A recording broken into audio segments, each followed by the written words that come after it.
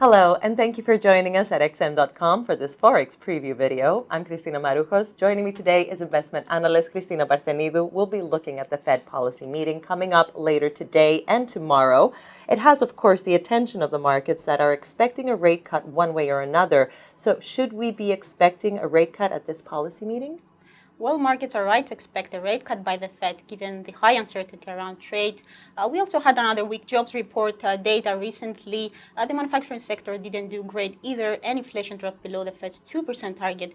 So taking all this into account and considering the weakness in the rest of the world, the Fed could indeed lower interest rates in coming months. But I don't think this will happen this Wednesday. Well, not until Trump and the Chinese leader confirm the situation on the trade front.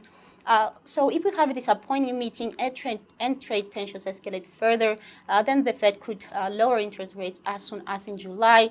On the other hand, a positive meeting wouldn't rule out any rate cut either if the sides fail to provide convincing evidence that the trade deal is indeed in progress.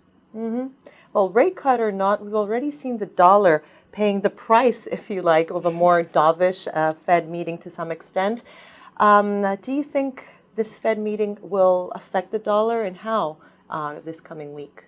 Indeed, the dollar has been struggling on expectations that the Fed could abandon its patient approach and start easing policy, especially after Bullard's and Powell's dovish comments earlier this month. Well, what follows for the US dollar is now depending on how dovish are the markets at the moment. I mean, if the Fed keeps rates steady but turns more cautious than markets are currently thinking, signaling at least 2 rate cuts this year, then we may see another sell-off in the dollar. A surprising rate cut could also bring some damage to the currency, but if the